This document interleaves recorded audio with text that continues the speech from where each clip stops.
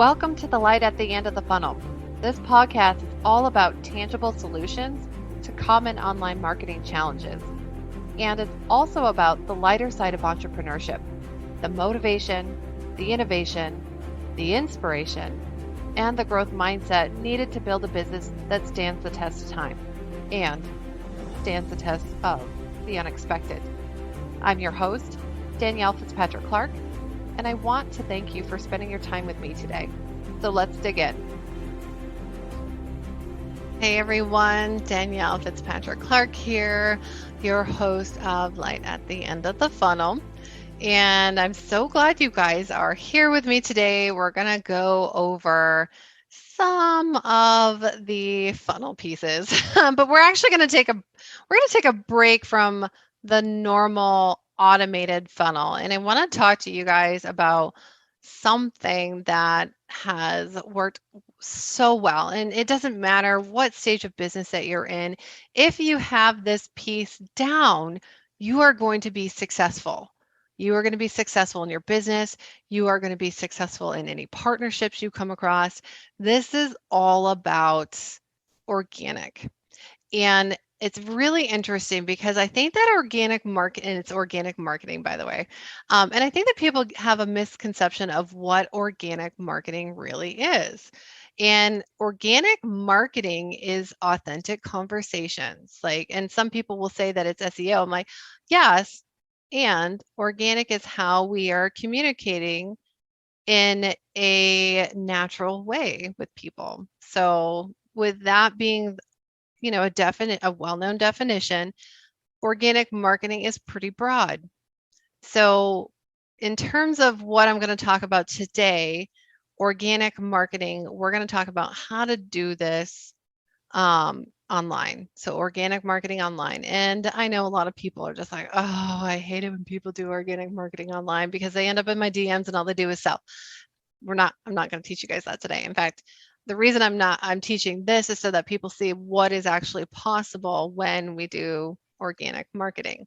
So I actually lay this out very differently for my clients when we're breaking down, okay, so how are we going to do our organic marketing game? Any day of the week. In fact, we do want to be marketing ourselves.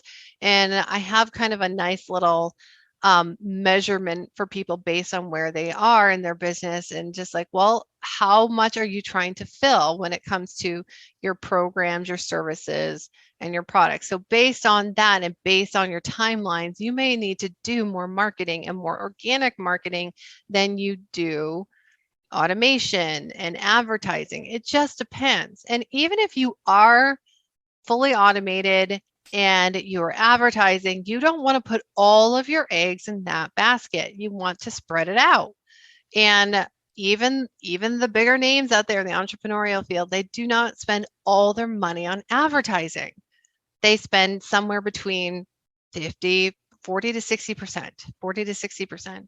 And then the other piece of their marketing is organic. It's engagement. It's getting feedback from their ideal clients. It's talking with them, or it's teaching their teams and their sales teams and their marketing teams to talk to them. So this is how I break this down for my clients, because we always want to start with the end in mind. And so the end goal for most people when they're doing organic marketing is just a sales conversation. Like, I want to get these guys into my sales pipeline. That's what I want to do with my marketing. Organic marketing, regular marketing, advertising, that's the idea. Yes, that is usually the end goal. So this is where we need to backtrack. So I will actually skip a step, and I'll tell you why.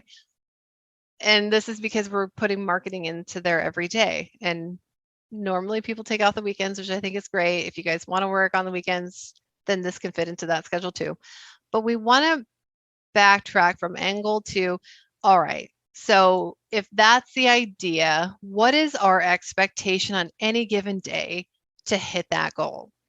And this is this is where people are like, well, and I usually will ask the question, I'm like, can you get people into a sales conversation and get them onto a sales call if they're a cold lead? We're going to start with a cold lead.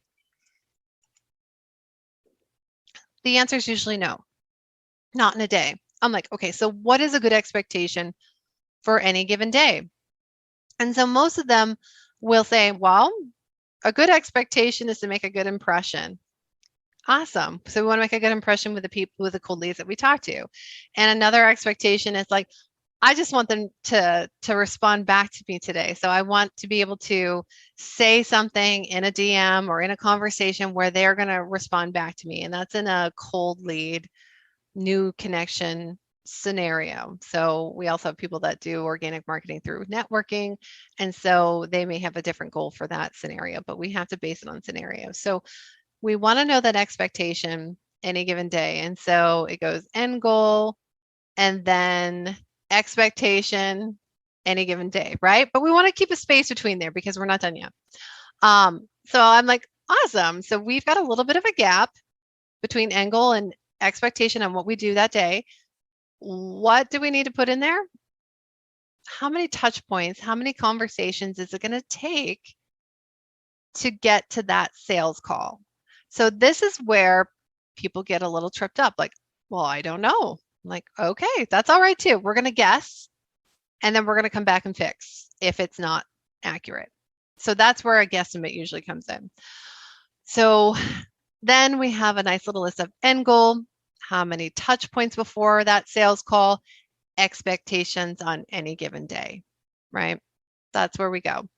So, and we put any notes in there that we need to put, like, okay, what do we need to do in order to get people to respond or to meet those expectations on any given day? What are some of the things that we need to have? So we'll have those in place. So that's the first three. And remember, we're backtracking. So the next thing is that I like to ask is like, okay, so based on those expectations, what are some of our timelines? Meaning, when we do this type of organic marketing, how long is it going to take from start to finish to hit that end goal? And so most people will have like, well, usually when I meet somebody cold and I do organic marketing, it takes me anywhere from a week to 3 months to go ahead and close them, which are pretty good. That's a pretty good number. That means that you're really good at networking. Now, for people who aren't really good at networking, they have a lot to figure out along the way. That number could be more. That could be more like 2 weeks or 3 weeks, up to 6 months or a year. They may need to nurture people for a while.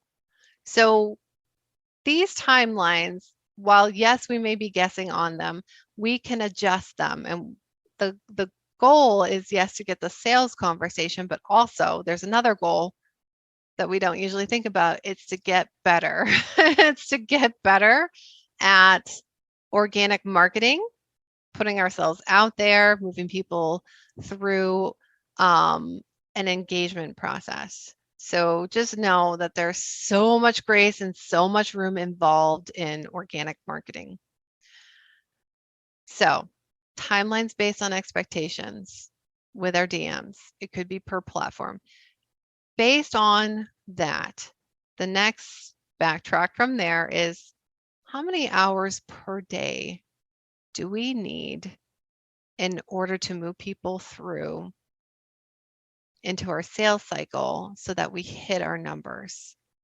And so most people won't know those numbers. Here's a good rule of thumb. If you are simply nurturing for a one-on-one or something that is always kind of rolling, like a rolling program or rolling mastermind, then you can easily spend 25 to 33% of your time, so a quarter to a third of your day, on marketing. That's a really good rule of thumb. If you were trying to fill a program very quickly, then I would bump that up. I would double it. So let's just say that you are usually at a quarter of your time to get people into rolling programs or services that are always available. You want to bump up your marketing to 50% of your time to quickly fill. Maybe you're trying to fill a group program, for example. So that's kind of a good rule of thumb to go by. Now, if you feel like that's too much time or you don't have that much time, then you can scale back, but you also need to give yourself the time and the grace to fill whatever program you're trying to fill. So just calculate and adjust, calculate and adjust.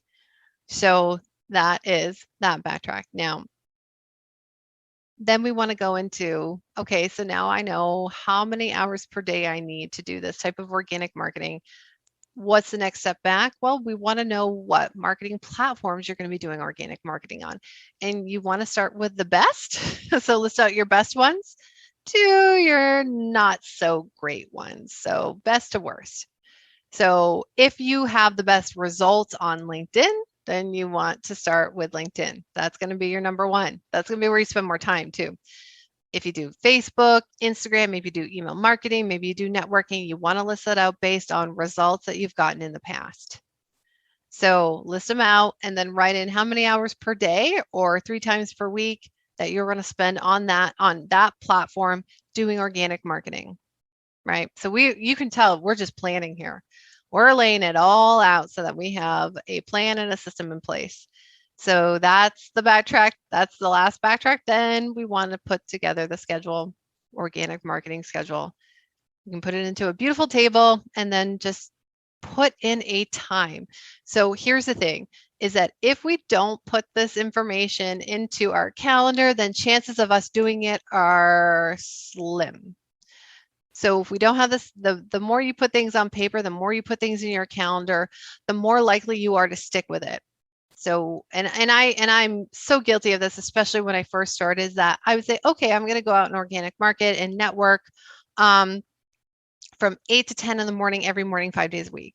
Now, if I didn't have it blocked off in my calendars, and guess what happened? People would schedule calls during that. People would ask me to do work and I would do it because I didn't have anything to hold me accountable. My calendar holds me accountable. Put your marketing in your calendar, block off that time. You need to. Even if you are super accountable and you're really good at keeping that, you've got to get into, if you're not used to it, you've got to get into the habit of it. So put it in your calendar. So have that schedule done, and then you can move into organic marketing and that messaging. So I have 3 rules. I will go into these in another podcast episode, guys. But I'm just going to tell you the 3 rules, and then we can dig into those a little bit more next time, though, because this is a 2-parter. So we're just doing part 1 right now. Organic marketing, rules of organic marketing. 1, don't be gross. Don't be gross. And try to sell. We're in the DMs, or we're doing organic marketing to build relationships. Yes, the end goal is to have a sales conversation. I get that. We need to start with the trust first. We have to build the relationship. So don't be gross in the DMs. 2, make it about them. That's it. Just make it about them. Like, make it about them. Be intentional and be authentic. So we need to leave people with a good feeling in the DMs. So they need to leave the conversation with us feeling good, trusting us, and wanting to talk to us again. That's how they want to feel. And if they don't, it's okay. We try again. And then we just try again. So you guys don't have to worry about this, like, oops, because we've even done it. We've tested it. We've wanted to see. Sometimes I just want to test out opportunities, and I'm just like, well, let's just see if this can turn a certain way if I take this approach. So I test out opportunities and approaches all the time. And so where it becomes really important is the grace that you give yourself as you're moving along, and you're learning too. Like, there's always different things to try and different ways to talk to people and communicate, but the whole thing is that you want to show up too. So that is part of it. Be intentional, be authentic. And the 3rd rule, ask open-ended questions to keep the conversation going. So we want to ask them questions that are left open. They're not yes or no questions. They are questions that they have to insert more information about themselves, hopefully, too, and what they're doing. So that is kind of how I lay out organic marketing. I've left you guys with my top 3 rules of organic marketing without going into too much detail. And I hope you guys enjoyed this episode. And so here is the action step for you, because there's always a good action step. I want you guys to really dig in deep to your timelines based on your expectations of how long it takes from cold prospect to sales call. Like, that's it. Just take one piece of this and really dig into that. And the reason I ask you guys to do that is because I find that most people's expectations of what they can do with organic marketing are way off. In fact, they are overestimating they are overestimating what they need to do in order to get to that sales call. So overestimating how they're overestimating and just how great they're going to be in the DMs. Like, I can just turn somebody just like that. And here's the thing is that it takes practice, and you really have to know your ideal client. So I want you guys, if you're going to do any overestimating when it comes to your timelines, give yourself more time. That's how I want you to overestimate. Overestimate the timeline in terms of just how long it's going to take. So if you think it's going to take a month, give yourself 2 months. Give yourself 2 months to close that sale. And the reason why is that, and it's so interesting how everything has changed, but people have their attention spans have gotten smaller, and their expectations of what people are to do have gotten larger. So people will give you less time to do more. So what do we have to do? We need more time, more touch points, more chances for trust. That's what we need. So I want you guys to go back and really think about your timelines, really think about what it takes for people to trust you, to have a conversation, and to see that you are the person they need to talk to next to get to where they want to be. So that's it. If you guys want a breakdown of all of this, you can come over to the show notes page. It's at lightthefunnel.com. I break this down for you, and we will have a part 2 to this, which will go into how we do the messaging for organic marketing and how we break that down, because it's super good information, guys. So I hope that supports. Bye for now. Hey, thanks for listening to Light at the End of the Funnel, and help a marketer out. We always can use some love. Share, like, and subscribe. That is the best thing that you can do for any podcast. So if you like what we're giving you guys at Light at the End of the Funnel, please go ahead and share that out, and don't forget to subscribe. We appreciate you. Thank you so much.